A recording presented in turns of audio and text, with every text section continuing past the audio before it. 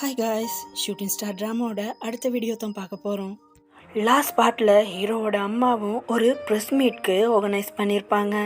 அந்த press meet ஆரம்பிக்கிறதோடையே last பார்ட்டை முடிச்சிருப்பாங்க. இந்த பார்ட்டில் ஹீரோவோட அம்மா கிட்ட அங்கே ப்ரெஸ் மீட்க்கு வந்துள்ள மீடியாவில் உள்ளவங்களும் ஹீரோவோட அம்மா கிட்ட தாறுமாறா கேள்வி கேட்க ஹீரோவோட அம்மாவும் பேச ஆரம்பிக்கிறாங்க.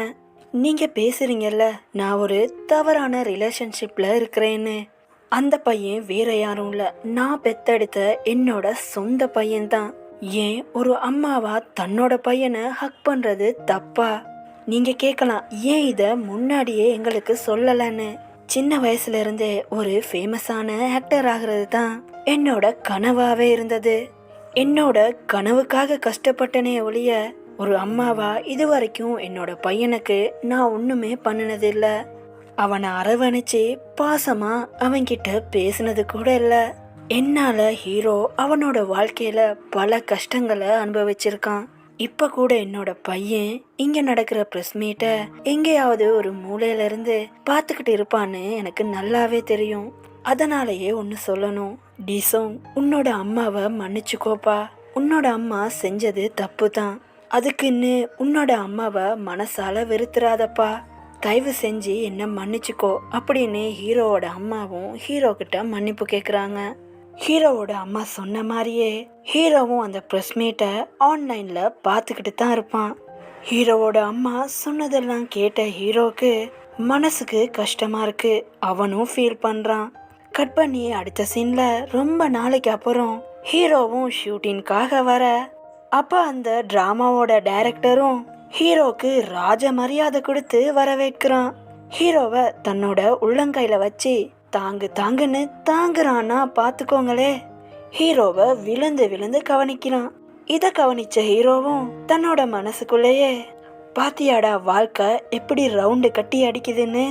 என்னை பத்தி அன்னைக்கு வாய்க்கு வந்தபடி பேசினவன் இன்னைக்கு எனக்கு எப்படி மரியாதை கொடுக்கறான்னு பாரு அப்படின்னு மனசுக்குள்ளேயே சிரிச்சுக்கிட்டு அங்கிருந்து கிளம்பிடுறான்.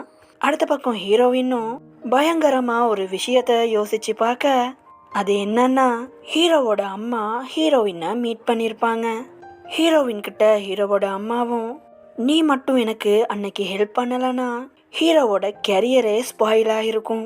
என்னால ஹீரோ பல பிரச்சனைகளை ஃபேஸ் பண்ணியிருக்கான். இதுக்கு அப்புறமும் என்னால அவனுக்கு தொல்லை கொடுக்க முடியாது. அதனால நான் எங்கிருந்து வந்தேனோ அங்கேயே கிளம்பி போயிடுறேன்.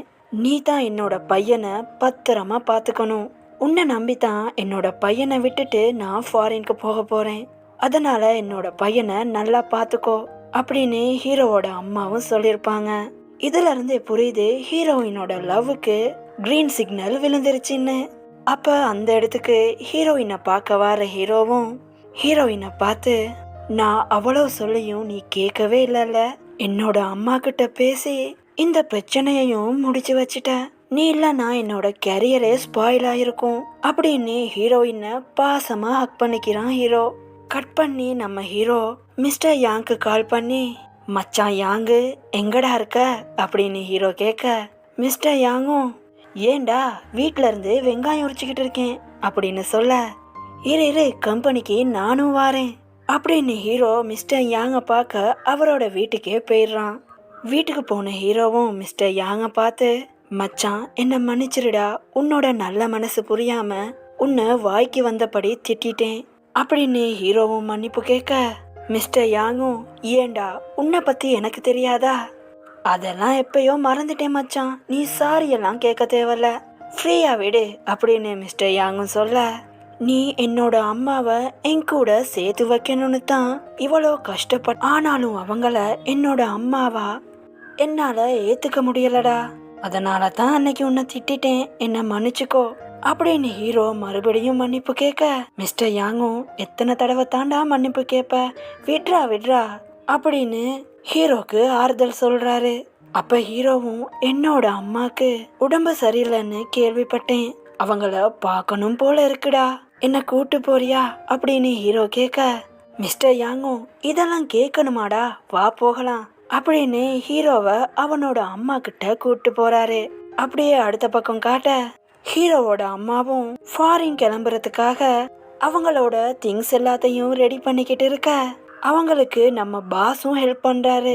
அப்ப பாஸும், ஏமா நான் உனக்கு மேனேஜரா இருக்கும் போதும் என்கிட்ட வேலை வாங்கின, இப்ப நான் ஒரு கம்பெனியோட பாஸ்மா, இப்பயும் இப்படி வேலை வாங்குறியே, உனக்கு மனசாட்சியே இல்லையா அப்படின்னு பாஸும் பாவமா கேட்க ஹீரோவோட அம்மாவும், டேய் பேச்ச குறைச்சிட்டு வேலைய பாருடா அப்படின்னு சொல்ல அப்ப அந்த இடத்துக்கு மிஸ்டர் யாங்கும் வந்துடுறாரு. மிஸ்டர் யாங்க பார்த்த ஹீரோவோட அம்மாவும், நீங்க எனக்கு பண்ணின எல்லா ஹெல்ப்புக்கும் ரொம்பவே தேங்க்ஸ் அப்படின்னு ஹீரோவோட அம்மாவும் சொல்ல மிஸ்டர் யாங்கும், அதெல்லாம் விடுங்க, உங்களை பார்க்க ஒரு முக்கியமான பர்சன் வந்திருக்காரு அப்படின்னு ஹீரோவையும் கை காட்டுறாரு. ஹீரோவும் அவனோட அம்மா கிட்ட பேசலான்னு வந்தாலும் எப்படி பேசுறது என்ன பேசுறதுன்னு தெரியாம திருன்னு முழிச்சுக்கிட்டு இருக்கான். இத புரிஞ்சுக்கிட்ட ஹீரோவோட அம்மாவும் அவங்களே பேச ஆரம்பிக்கிறாங்க. நடந்தது எல்லாத்துக்கும் ரொம்ப ரொம்ப சாரிப்பா, நான் இதெல்லாம் வேணும்னே பண்ணல, சூழ்நிலை தான் என்னையும் உன்னையும் பிரிச்சிருச்சு, அதுக்குன்னு உண்மையில பாசம் எல்லாம் இல்லாம இல்ல, உன்னை நான் வெறுக்கவும் இல்ல, அதுக்குன்னு உண்மையில பாசம் எல்லாம் இல்லாம இல்ல, இப்ப கூட ஒரு நல்ல அம்மாவா உன்னை பாத்துக்கணும்னு தான் விரும்புறேன்.